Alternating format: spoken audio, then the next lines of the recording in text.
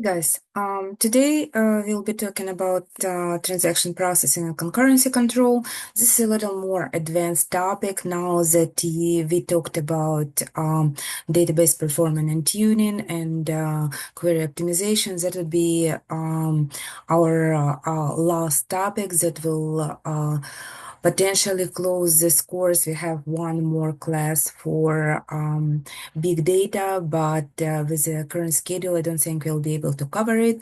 I'm still going to pause the lecture, so you will have a chance to look at that. But today is pretty much our last lecture before the team project presentation. Transaction processing and concurrency control, it's a little more advanced topic.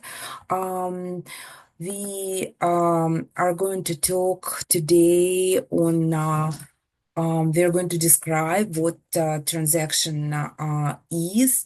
We're going to talk about different properties of the transaction and later on, after we describe all the properties, we'll talk about concurrency control. We'll talk about how to make sure that transactions in large databases executing concurrently to make sure that all transactions bring the database in the consistent state. We will look at the way on how concurrency controls work, and we'll talk about two different mechanisms to make sure that concurrency control is implemented on the database. We'll talk about record locking, a very special case of a deadlock that can happen when record locking is implemented. Again, it's one of the downside, but current databases will have pretty good procedures and processes and mechanism to control deadlocks and prevent deadlocks. And we're also along with the record locking, we're going to talk about timestamping. And at the end, we'll also review differences between different types of locks: pessimistic locks, optimistic locks. Your database has a lot of good information about that.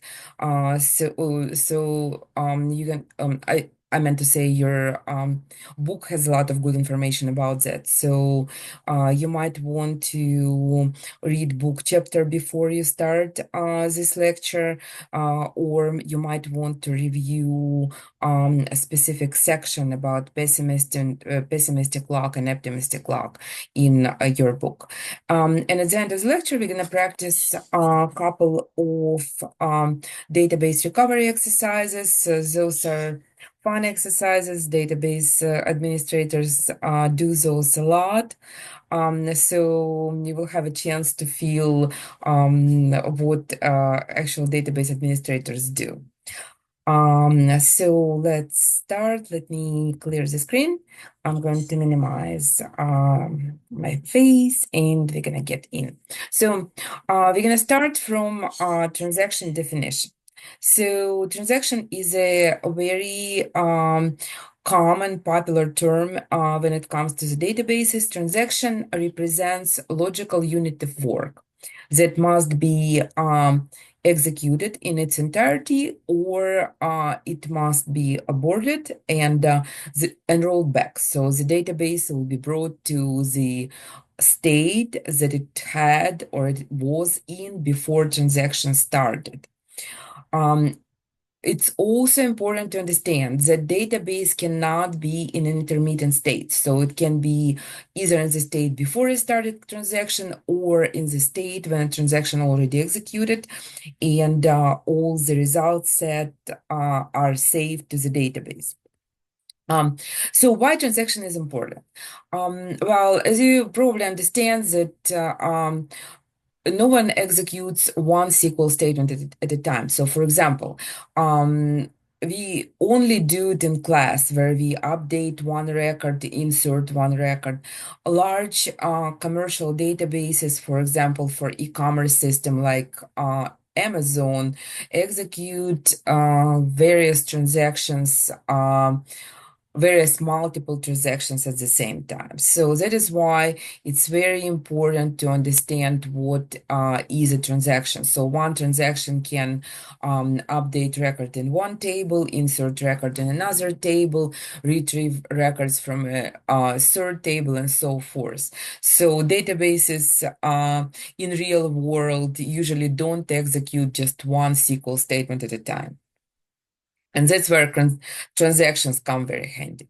Example of transaction here, we have a transaction that updates order table, updates order line table, and at the end it retrieves number of order lines which don't have a discount. So transaction has four properties that stands for ACID. ACID stands for atomicity, consistency, isolation, and durability. We're going to talk about each one of those in details. Atomicity makes sure that all the operations of the transactions are either completed, and if they're not completed, the entire transaction is rolled back. So the database is brought into its original state. So let's look at the example. We have a transaction. We have an initial state of the database for three variables where x is equal to 1, y is equal to 2, and z is equal to 3. As part of the transaction, we add 10 to x, 20 for y, and 30 for z. So as we execute that, this transaction we executed in steps. In the first step, we are going to increase x. Second step, we're going to increase y, and third step, we're going to add 30 to z. And as a result, we commit transactions, so everything went okay during the transaction, and as a result of the transaction, we are going to commit transaction, and we're going to bring the database to a new state where x value is going to be 11, y 22, and z 33.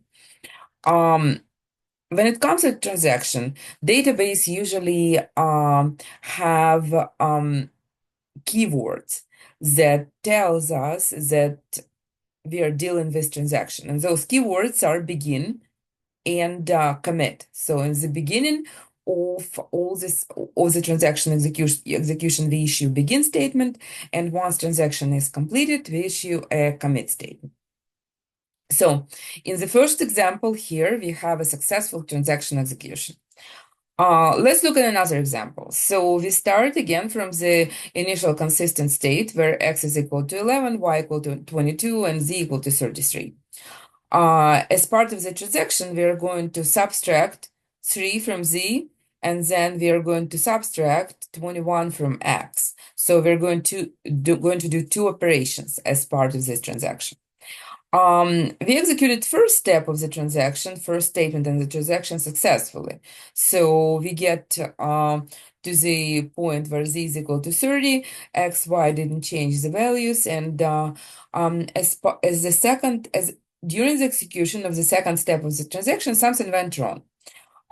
Maybe there was a disconnect of the something happened during the database execution. Maybe there was an issue with database connection. Maybe there was an issue with network. So anything that can happen during the transaction execution that cause the transaction to fail happened here. So as a result, we have one successfully executed transaction, part of the transaction for Z, and we have the second part that didn't execute successfully.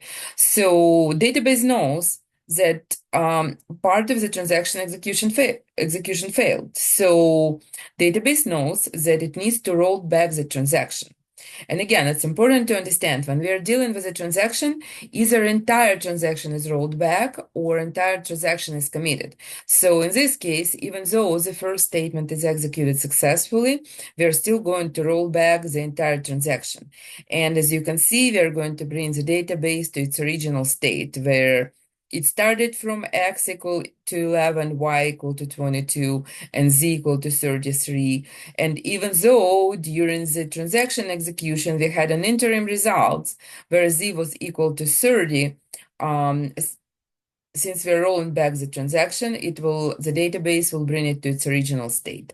So atomicity means that the entire transaction must be executed, or if transaction is aborted or some error happened during the transaction, the entire transaction is going to be rolled back. Next transaction property is consistency. Consistency states that transactions should not violate any database constraint. When we're talking about constraint, we know that there's various constraints that database can have. So example of constraint can be referential integrity, column level constraints, and so forth. So transaction needs to make transaction execution process make sure that the database stays consistent after transaction is executed. So here is a diagram. We start from the consistent state, and then during the transaction executed, we can temporarily bring the database to inconsistent state. But at the end of the transaction, database must be in consistent state. So example of that can be inserting the values in the table that has a foreign key. And we can temporarily violate referential integrity constraint, but as, for example, one step of the transaction. But at the end of the transaction, various operations must be performed to bring the database in the next consistent state. So even though referential integrity might be violated temporarily, at the end of the transaction, database must be brought to a consistent state, where referential integrity constraint is not violated at the end of the transaction. All right, so that's consistent. Next transaction property is isolation. Isolation means that the data during data used during the transaction is only used by this transaction. So it cannot be used by another transaction. And we're going to talk about that in more details. We're going to talk when we'll talk about record locking. But here's an example for you guys. We're going to look at this example in a little bit in details, but that is an example of read uncommitted. So read uncommitted means exactly what it states. So we are reading the data that is not committed. So here we have access to temporary data that might not be in the database if transaction is not executed correctly. So let's look at the example here. In the middle, we have a database state, and we have two users who are using the same database. Alice starts transaction, and when transaction, how do we know the transaction started? Because begin transaction statement executed on the database. And the initial database had a value for ID 1 and title as a transaction. So as part of the transaction that Alice is about to execute, we're going to update post table, and we're going to set title to asset where ID is equal to 1. So initial value of title was transaction. We're going to update it to asset. At the same time, Bob is going to execute select transaction. So Bob begins transaction at the same time as Alice executed update statement. And Bob has some temporary data read there. And this temporary data read states that transaction title is going to be asset for ID 1 because that was just updated by Alice. As a result of select query execution, we are going to have exactly the same, excuse me. Excuse me. Okay. So as a result of Bob's transaction, we are going to do a select statement, and this select statement is going to read asset for the ID one. Uh, well, and after this whole process, Alice transaction is rolled back for a variety of reasons. We talked about that. And while Bob is going to read temporary data, after the data is updated, the actual database state is going to be exactly the same as in the beginning of the transaction. So this temporary, unfortunately, Bob's transaction executed during temporary transaction read, and that is where we have read uncommitted. So this data was temporarily posted to the database, and the second transaction happened to execute at the same time as we have temp data updates that were rolled back later. So transaction isolation property prevents this situation to happen. So that isolation again means that transaction uh, can only be used, the data used by transaction can only be used by this one transaction. So second transaction cannot utilize this data before the first transaction execution ended, either committed or rolled back. Another transaction property is durability. Durability makes sure that once we complete or finish transaction execution, those changes are committed and they cannot be rolled back or undone. So after we commit the transaction in the database, those changes are going to be stay in the database and then they cannot be undone. So here's an example. And those changes are also written in the disk. So next time we are going to have potential failures, those changes are already going to be saved on the database. So here's an example here. We start from state one. We get to the state two, so various changes happened between state one and state two. And state one is a consistent state, state two is a consistent state. We're going to talk about transaction log later in this lecture. And after state two, something crash happened, and we had to reboot the transaction. We have to reboot the database server. So after the reboot, we are going to bring the database to the next consistent state, which was state two. And the reason why it's state two, not state one, because all the changes that happened between state one and state two are already committed to the database. So after the reboot, the database is brought to the next consistent state, that is state two. So asset, atomicity, consistency, durability, and the next property is serializability. Serializability, very often transaction properties are referred to asset as, but so serializability is a very important property of the transaction.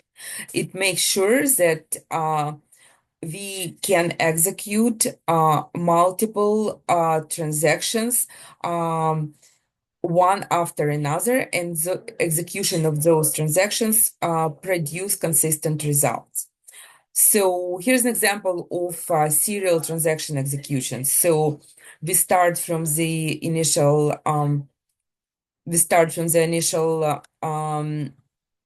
account table where ID is equal to 1 and amount is equal to 50. Alice starts transaction to update the amount to, well, first it she selects the amount from the account table, and then she updates this record.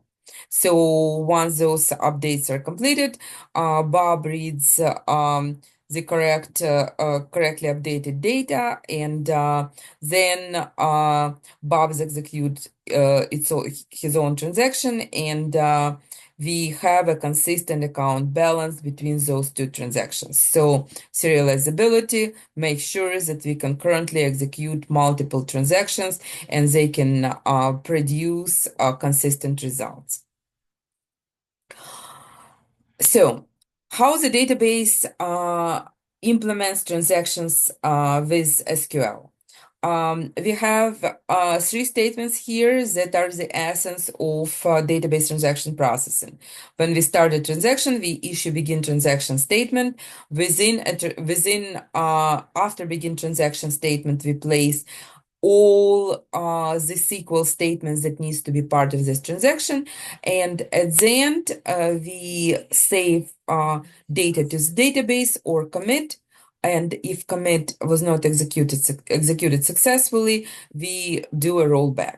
So those are pretty much the essence of SQL execution. In this class, we're not writing SQL transactions, but those are for you guys to see. You will see a lot of different SQL, especially for those who will go into technical field. You would see a lot of different transaction statements. So those are for you to be able to identify the execution, SQL execution as a transaction. So the sequence at which those events are executed. So once commit statement is reached, database is saved into the database. Then if rollback statement is reached, it means that entire transaction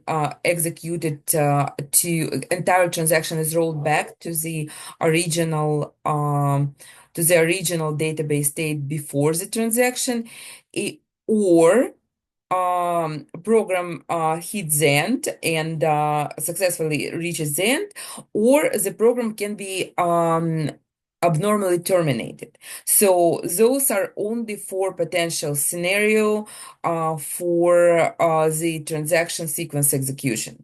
So one of those four scenarios should happen. And again, I mean, ideally we would love for this transaction to commit, but then if something goes wrong, it rolls back and the program can reach the end of the execution or can be terminated. And if program is terminated, the rollback transaction is going to happen. Transaction log. So transaction log allows us, it is a list of all executed transactions on the database. So database management system keeps track of all the transactions that started, that are executed, or that are committed and rolled back. So every transaction the database executes during all the time is stored in the transaction log. Transaction log is very important. It's pretty much here's a picture of the transaction log on the slide. So that is exactly how transaction log looks. So when in the case of potential failures, database administrators go and look at all those transactions and see what started, what is in process, what transaction was not able to complete. And based on this log, database administrators make decisions what transaction need to be rolled back, what needs to be what needs to be undone, redone. We're going to talk about that in more details at the end of this lecture. So transaction logs are very important mechanism that is executed by database management system. So every database management system has an ability to write transaction logs, and transaction logs are used in database recovery. Especially they're important when program abnormally terminated. Um, it's important to understand that transaction log is an overhead.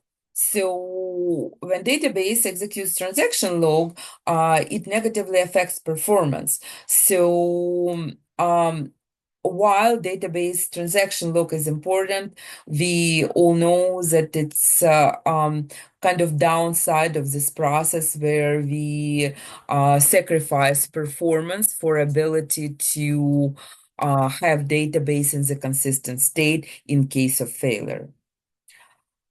When it comes to the transaction processing, we have three different anomalies that we're going to have a concurrency control to avoid.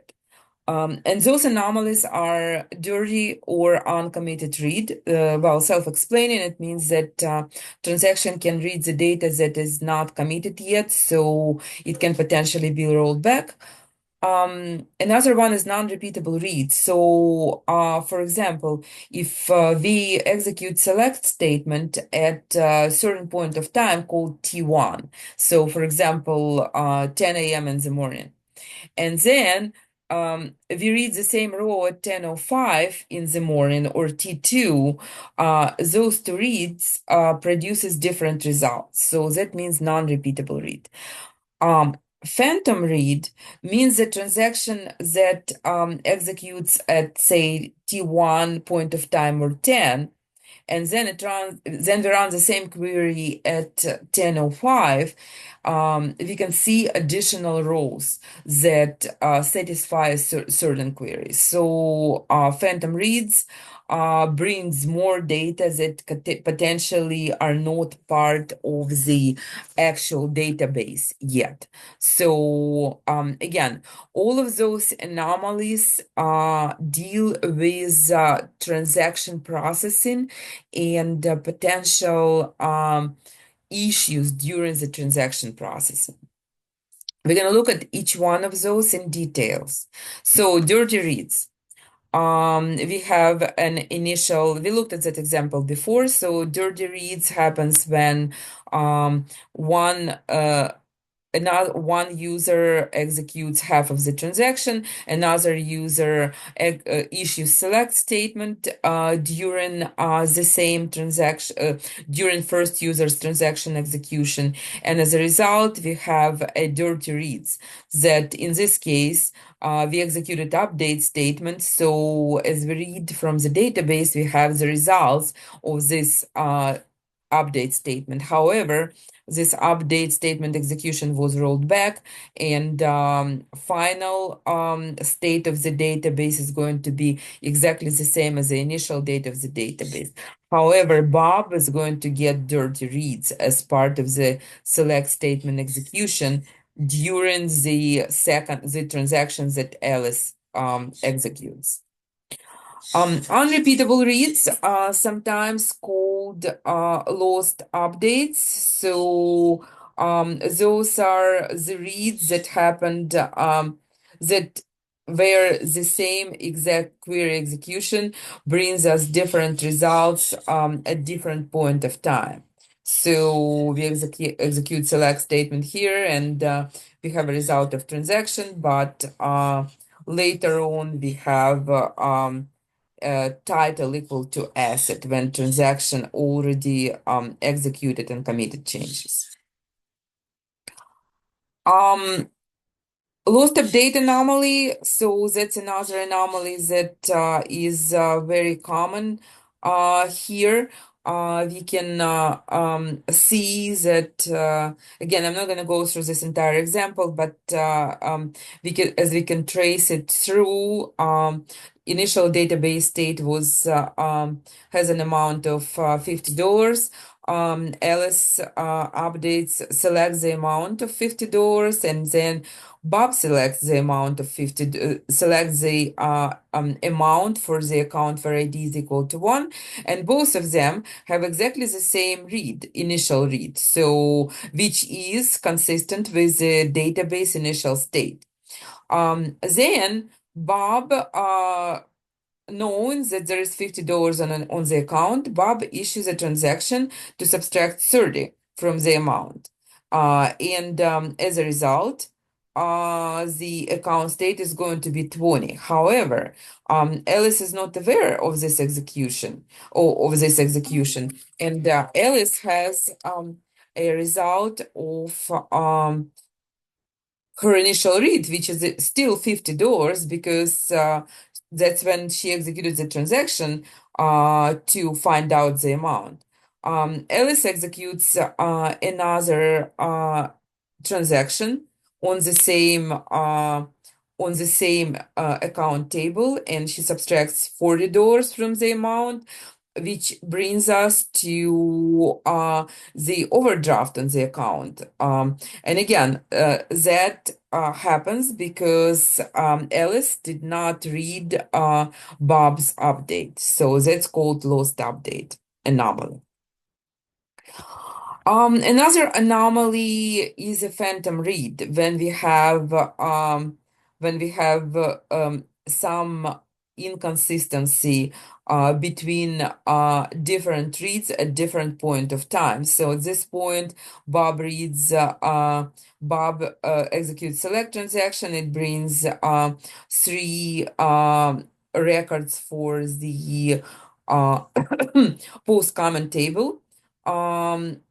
Alice executes transaction after Bob executed his first select statement and got three records back. Alice executes insert. And as a result of the insert, we insert one more row into post comment table. Later on, and we commit this transaction. Later on, Bob executes another select statement, and it has four rows. So this is an example of phantom read. Again, while nothing wrong happened during Alice execution of transaction, we still have inconsistent reads after that are exactly the same select statement executions in a row bring us different number of records in the table. So this is an example of phantom read. So along with those anomalies that we just looked at, there is a concept of transaction isolation levels. So transaction isolation levels deals with the degree to which transaction is protected or isolated from other transactions. And transaction isolation levels is a setting. It's a settings on the database, and that setting is the default setting for all the databases is read committed. And all those transaction isolation levels are more and more protected as we go from the top to the bottom. So we start from read uncommitted when we allow to read uncommitted data, and that brings various issues and or transaction anomalies that we looked before. The next more protected level of reading from the database is read committed. If we set up read committed as a transaction isolation level on the database, we ensure that we can only read the data that is committed. So the data that is in the process of transaction execution is not going to be part of this read. So that will eliminate scenario when Bob read the account balance of $50 and during the Alice transaction execution. The next more protected level is repeatable read. Repeatable read makes sure that we can do consistent repeatable reads, and that level is achieved by implementing locks, which we're going to talk in just a little bit. And the next one is serializable, so that's the most strict transaction isolation level. It makes sure that we treat all the transaction as if they're executed one transaction at a time, which is very protected and very consistent. However, it's not almost not achievable in the industry because we need to make sure that we can execute multiple transactions at a time because again, like no business system executes one update at a time. So if we set up a transaction isolation level to serializable, we will be only able to execute one product sale in e-commerce system, which is which is going to defeat the entire purpose of the system existence. All right. So how do we set up transaction isolation levels in the database? Again, the most common is read committed. We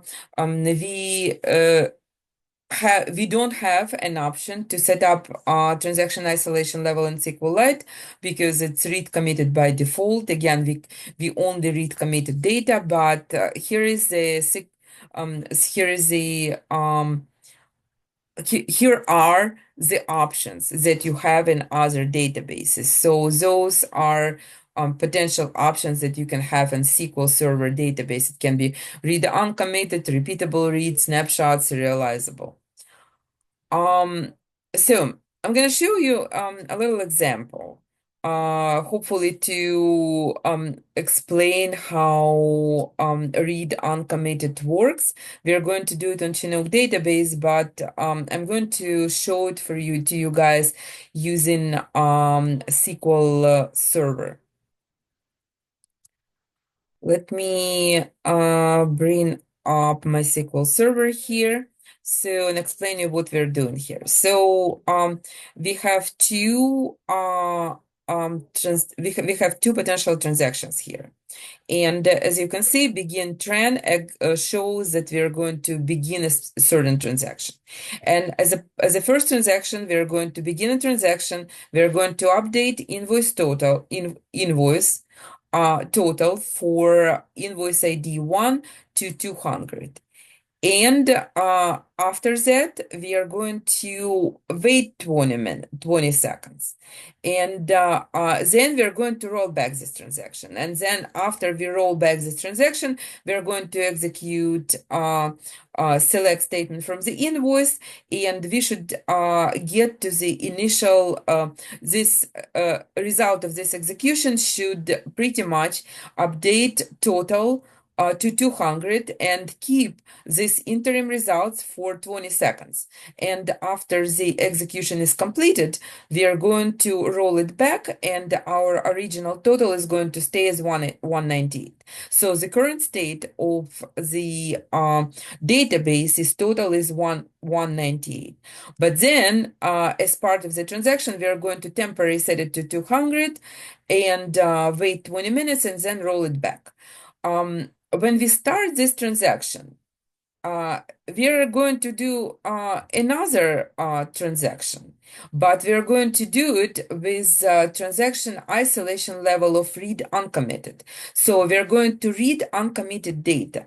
So technically, we are going to have a temporary result of update statement here, but at the end, this temporary result is going to be rolled back. But since we are using transaction isolation level as read uncommitted, we are still going to get those temporary results. So let me show it to you.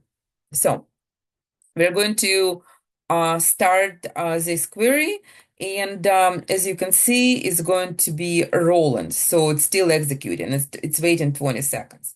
At the same time, we are going to execute a transaction here. As you can see, it gives us a result of $200 because that's what we did in transaction number 1.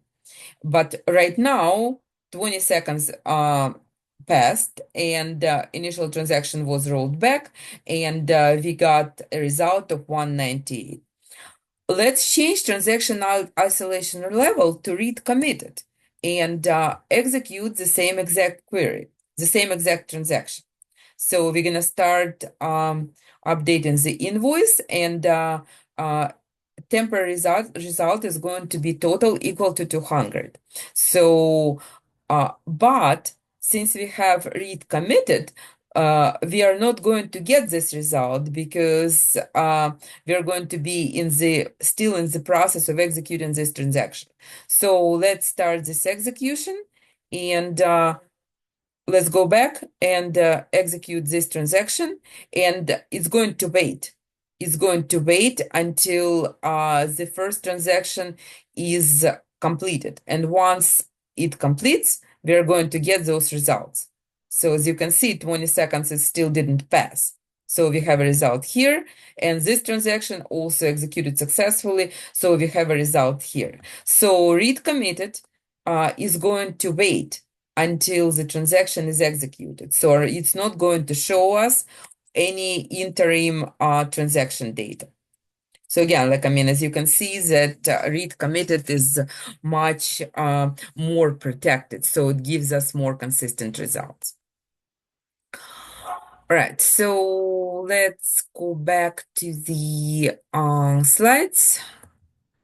slide deck, and this is a result. This is a demo that I just show you guys for read committed and read uncommitted.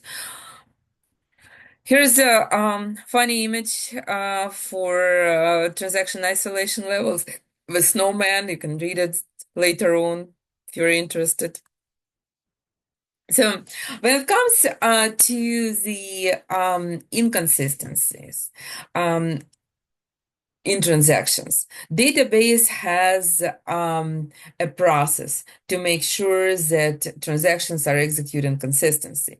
And in order to implement consistent execution of the transactions, we are using concurrency control.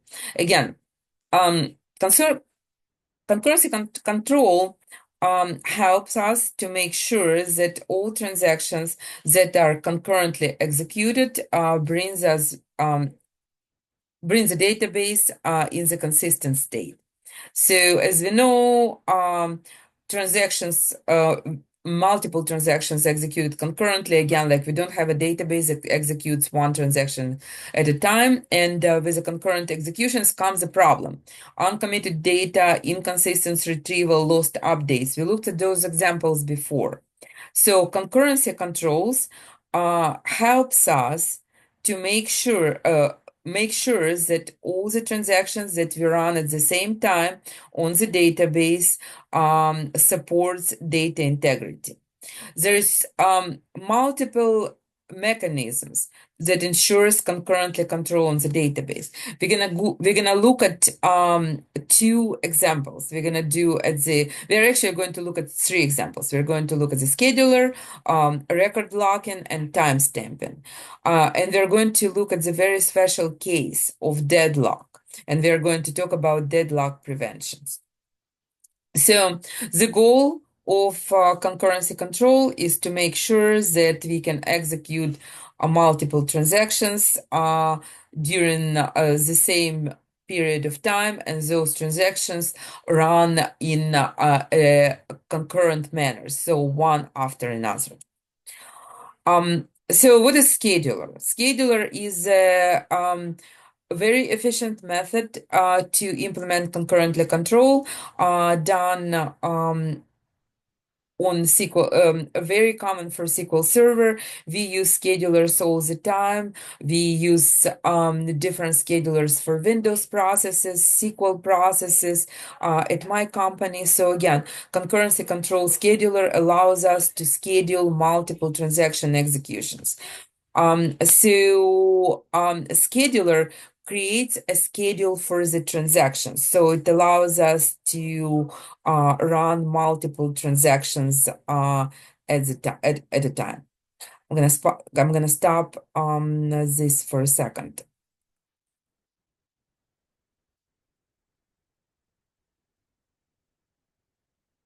Let me reshare, and I'm going to reshare a screen.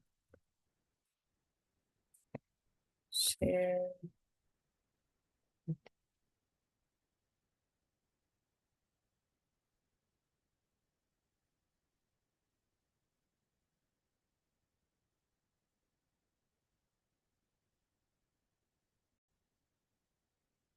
Sorry, guys, I didn't go too far, so I just went to get a glass of water. My throat was very dry.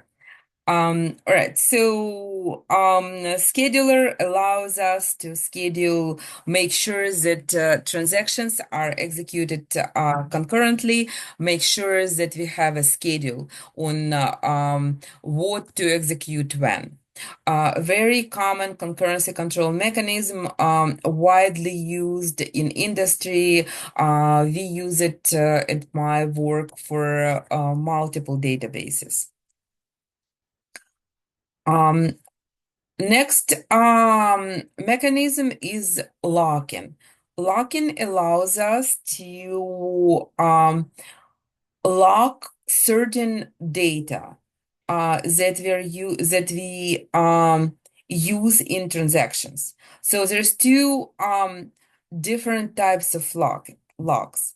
It can be pessimistic and or optimistic. Pessimistic locks, here's an example of pessimistic locks. Pessimistic lock locks records for a specific exclusive use until transaction lock is released. So, for example, here we have two select statements that are executed against the same account table in the database. But when Bob is trying to update an account table, it logs the database. So, and it's locked until the point when this transaction is completed. So, as a result, we have next time Alice executes transaction, she's going to have a consistent execution result. So, pessimistic locks locks records for the exclusive use. It is it is a very conservative lock. It makes sure that the data executed consistently. There's pros and cons of pessimistic locks. Optimistic locks allows conflicts to happen, but it will apply those conflicts based on how um, based on the timestamp. So it looks at the last transaction timestamp that happened and is going to execute those transactions that were executed on the database that have an earlier timestamp. So in this case, as you can see, we execute on the Bob side where we execute select statement, update statement, and commit. And even though Alice executed in the same update statement and caused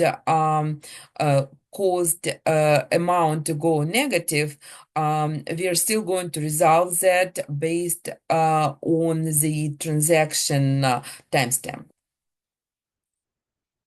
So log granularity means where the log can happen. So we can log the entire database, we can log the table, we can log the page of the data. So page of the data, it's the way data is stored in the database. In other words, data file. We can log the row, we can log the field. The most common logs are table and row logs that are used in industry, but again, like the rest of the logs exist. And again, we start from the database log wherever it's needed, which is more almost never the case. And then it goes down to table, row, and field. Again, like most common are row and table log. Um, Here's an example of all the logs. I'm not going to spend a lot of time here. Your data, your book has a very good explanation on all of those different levels of log. You can read about that from the book. We are going to have a test on that. We're going to have a quiz on that next class. So please make sure that to read the book and understand how it works. So here we have a database lock and table level and page level and row level. Again, please read the book, understand how those locks work. So locking is great. It's a great concurrency control mechanism. Unfortunately, lock can potentially cause deadlocks. Deadlocks happens when two transactions issues the same lock on the same data object. So it can be the same record or the same table. And there's three different ways of prevent deadlocks. Deadlock prevention, deadlock, there's to control deadlock. We can prevent deadlock, detect deadlock, or avoid it. So let's look first, let's look at the deadlock scenario on the database. So here's an example.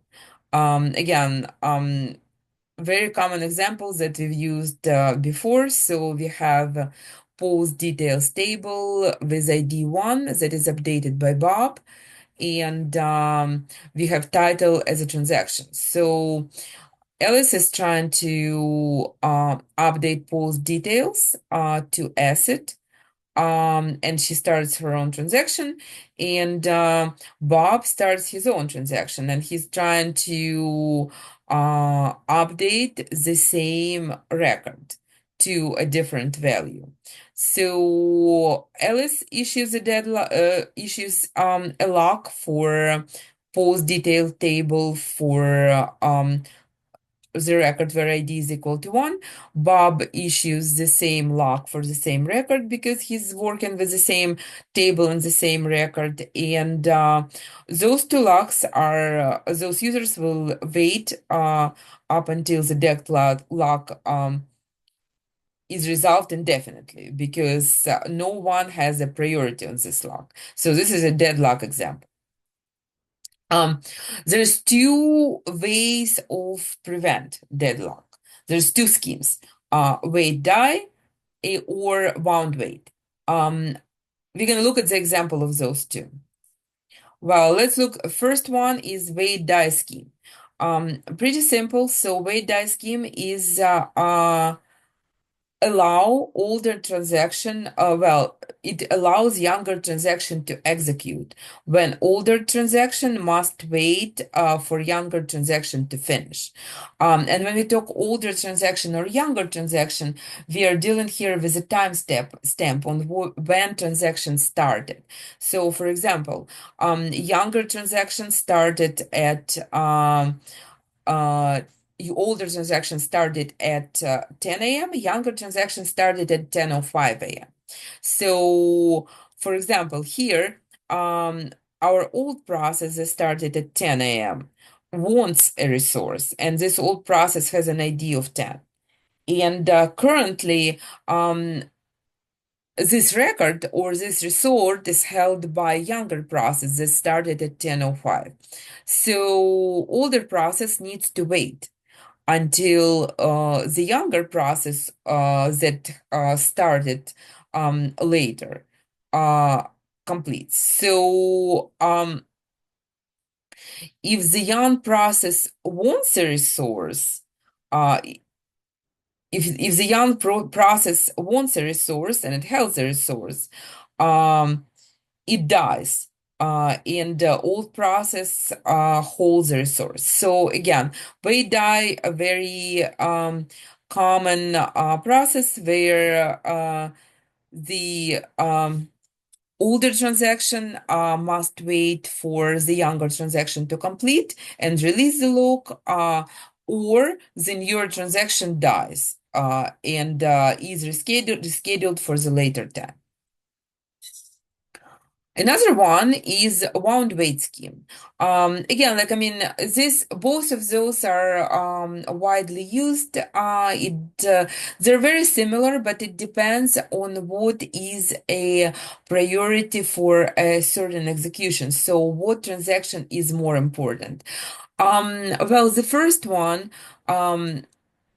Is common for e-commerce systems. The second one, this one is common for banking systems. So wound weight is works exactly opposite. So it allows older transaction to request a locked, and it preempts younger transaction and reschedules it. And if and your otherwise, if older transaction holds a resource, so the newer transaction waits until the older transaction finishes. So older process holds a resource, wants a resource, younger process wants a resource, older process takes over and gets a resource. And younger process that wants a resource needs to wait until all the older process is executed. Again, common for banking industry. So here's a table from your book that pretty much explains you the same what we just discussed in the form of table. And so how do you database recover from a deadlock? Deadlocks are very common. The most common scenario for the deadlock was with I think Liberty Capital. I don't. I think I got it right. The name of the company where that was a large trading company that lost 400 million in a matter of 2 hours when deadlock happened during the trading hours, and it put a deadlock on some stock, and the company oversold the available stock. Again, company will never recovered from this situation, so deadlocks are very common, but this is probably the largest financial deadlock loss in the history. So how database has a monitor that is specifically dedicated to watch for deadlocks. When the deadlock happens, database finds the transactions that it needs to stop in order for other transactions to execute. And again, all of those are set up on all of those settings are set up on the database level. There is deadlock priority that database engine assigns to certain transactions. There's usually about 20 numbers that are available for database engine to work with, and the transaction with a lower value is usually rolled back first. So how does database engine knows what transaction to set what values for? Done automatically depending on the table usage, depending on the user priorities and stuff like this. So very automated process executed by database engine. Um, timestamping. Timestamping is an approach that allows database to assign a certain timestamp for each transaction number, and there is no two exactly the same timestamp for two transactions, so it is unique. And once timestamp is assigned, transaction execution processed based on the timestamp, or in other words, at what time period the certain transaction happens. So there are certain disadvantages of timestamping, similar to record locking. When we deal with timestamps, we need to make sure that each value must be stored in the database. So we also utilize resources to store this timestamp.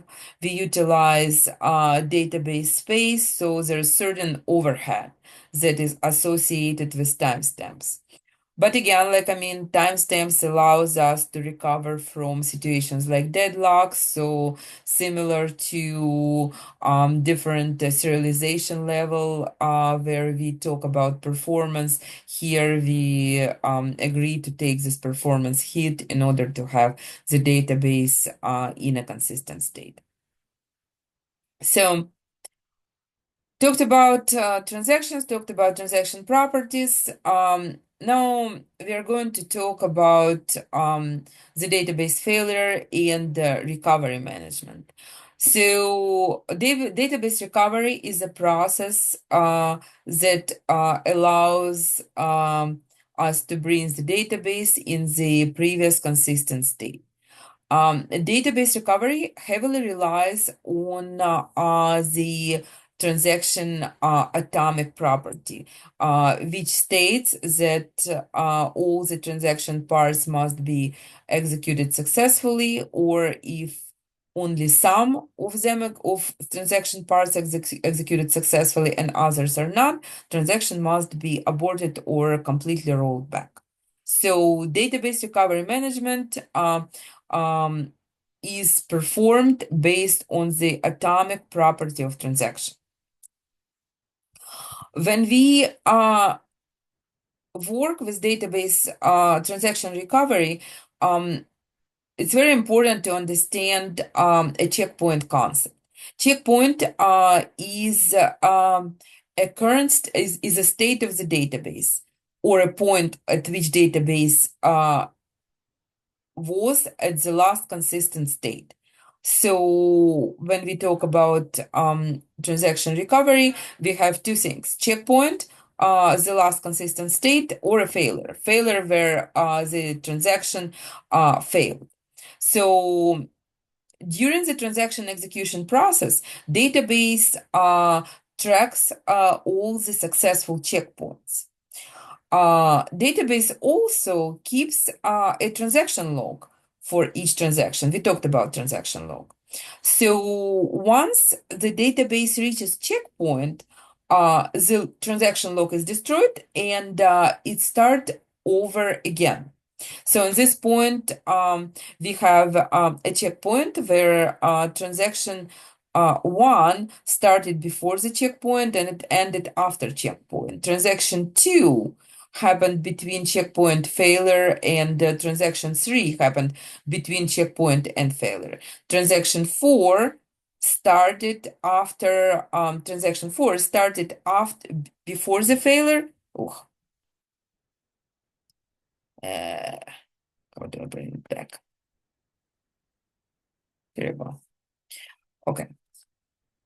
Transaction four started before the after checkpoint before the failure, and it did not complete before the failure. So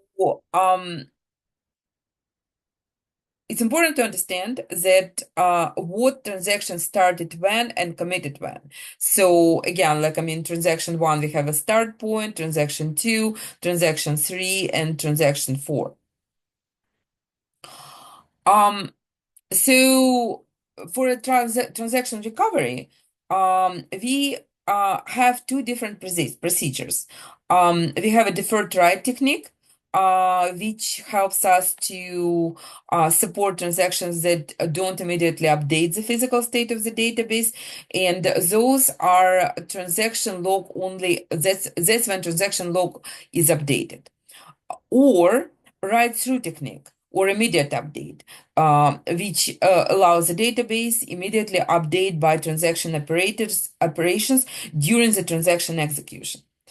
With that in mind, here is an example that for deferred updates.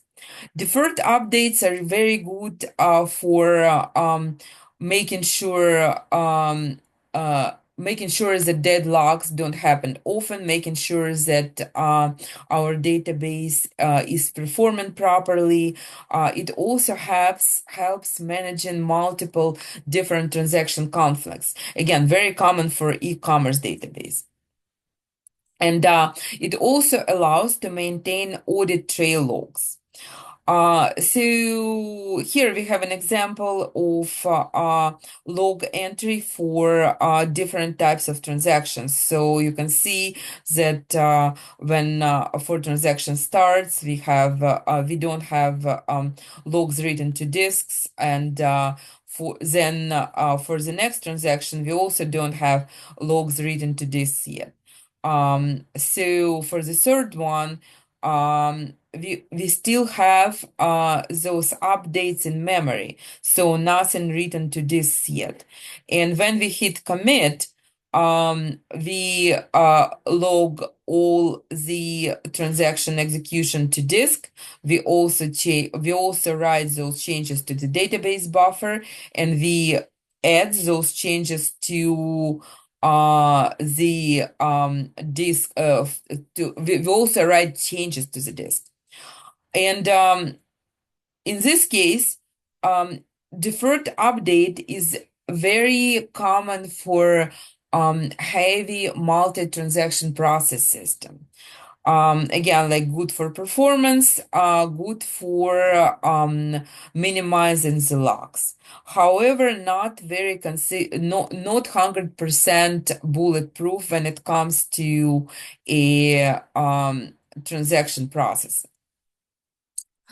Or we have an immediate update, which supports strong consistency, which is great for small transactions, but when it comes to larger, heavy transactions, that is not the best optimal option. Again, immediate update is is heavily used in banking industry when it's very important to have a consistent state. The difference compared to the previous deferred update is that transaction is written to the log and to the database at the point of the write event, not the commit event. So two types of the updates, deferred updates and immediate updates. Now, we're almost done. The only thing we have left for today is to practice transaction recovery steps. So those are the very basic steps for a transaction recovery. That is what database administrators do, very often by hands. There's also scripts written for that, but that is a high-level database concept that is used by DBA when it comes to transaction recovery. Again, needs to be performed when the database failure occurred, and we need to replay the transactions that happened between the last checkpoint and the database failure.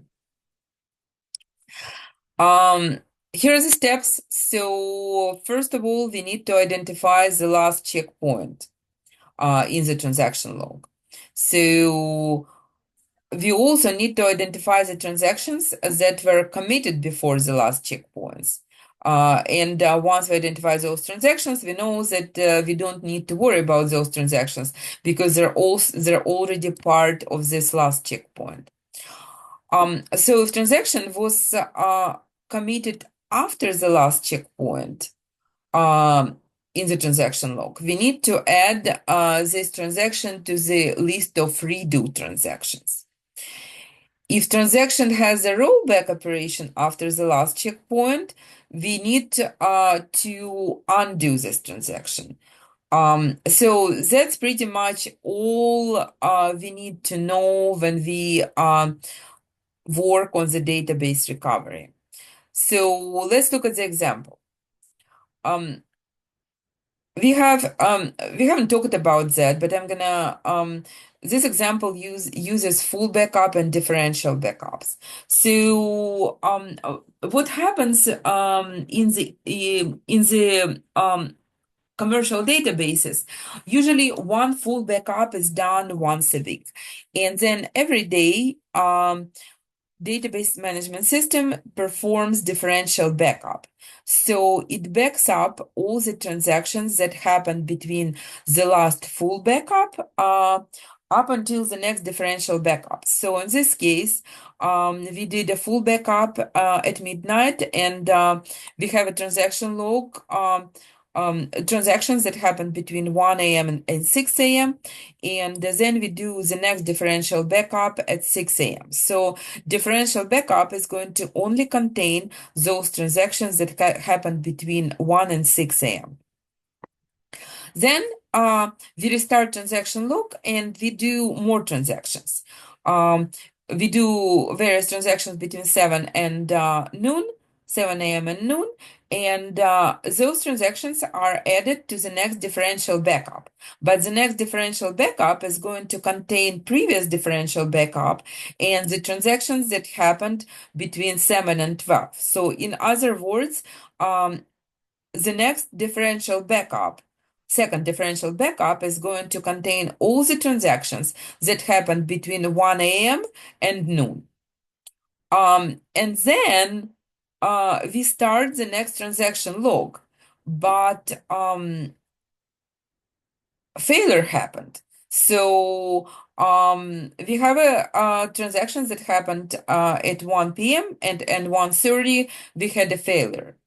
The data between the next failure and the transactions that happened at 2 p.m. is going to be lost because we don't have a backup as of 13:30. So in this case, we even though the database failure happened, we are really easy can replay all the transactions up until the last differential backup. And if we need to get the data, if we need to get the data from the full backup, we can use the last full backup and apply the next differential backup. And this way, we're going to recover up to a transaction failure. So here's an algorithm for transaction recovery. So it tells you how to do undo and redo list of the transactions. So undo are this is all the transactions that running at the last checkpoint. So if I have a transaction that started before checkpoint and running after checkpoint, we add all those transactions to undo list. At this point, our undo list contains all the transactions that started before the checkpoint. Then at this point, our redo list is empty because we haven't added anything to redo list. For each transaction in the transaction log that started after the last checkpoint, we add those transactions to the undo list because those are not part of the last transaction checkpoint. So we don't have the data for this transaction in the checkpoint. We can't roll back to this point. If commit happened before the transaction failure, we move the transaction from undo to redo. And that's pretty much it. So let's try. I know it's a lot of different words that you don't know, undo, redo, but those should be self-explained. And redo means that it's a list of transactions that can be replayed. And undo, it's a list of transactions that needs to be rolled back. So let's look at the example. So we have a scenario where we need to perform transaction recovery for the following transactions. Here we are trying to identify what transactions are going to be undone and what transactions are going to be redone. So again, as we remember, all the transactions that started and ended before the checkpoint can be ignored. So those are part of the checkpoint. In this case, we have only one transaction that started and ended before the checkpoint, which is transaction one. Transaction 2 and 3 started before the checkpoint, so we add transaction 2 and 3 to redo log.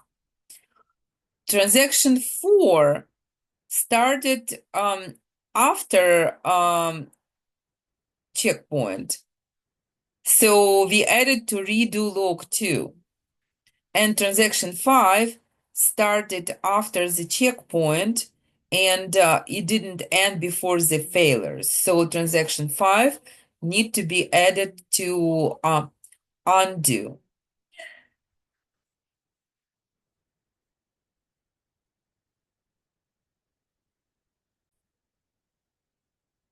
All right. So as a result, transaction 5 is going to be undone. As we move forward, we can see that transaction 3 is also going to be undone because it didn't complete before the failure. Transaction 2 and 4 are going to be redone because both of those transactions completed before the failure. Again, all the transactions that started and ended before the checkpoints, we don't need them. We can ignore them. All the transactions that started before the checkpoint and ended before the failure can be redone. Transactions that started before the checkpoint and didn't end before the failure needs to be undone because we don't have the end of this transaction. And transactions that happened between checkpoint and failure are going to redo log, and transactions that happened after the checkpoint before the failure are going to undo log. Let's do another example.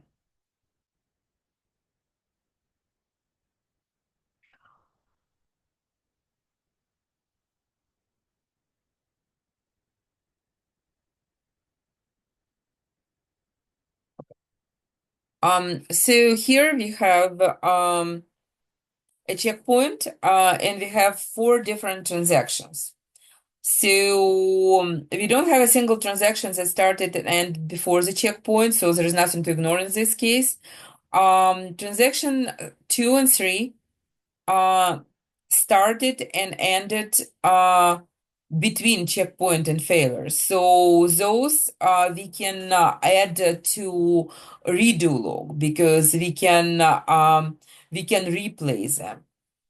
Transaction 4 started after the checkpoint and failure. There is no way we can recover this transaction, so this transaction need to be undone. So transaction 1, 2, and 3 can go to redo log, and transaction 4 goes to undo log. Let's do another example so you guys will get a little more familiar with that. So here we have 5 transactions, and it's a little different format, but your book has both formats. So we have checkpoint and time point 3, and we have a failure at time point 7. So transaction 1 started and ended before the checkpoint, so we can ignore this transaction. Transaction 2 started before the checkpoint and committed before the failure, so this one goes to redo log. Same with transaction 3. It started after the checkpoint before the failure, so we can replace this transaction, so it also goes to the redo log. Transaction 4 started after the checkpoint but didn't end before the failure, so it goes to undo log. And transaction 5 started before the checkpoint, but it didn't end before the failure, so it also goes to undo log. And that's all I got. So please do the exercises, practice transaction database recovery, good couple of good exercises in the book, and we will do hopefully a quiz next class. Let me know if you have any questions, and that's all I have for today, and hope you have a great rest of your week.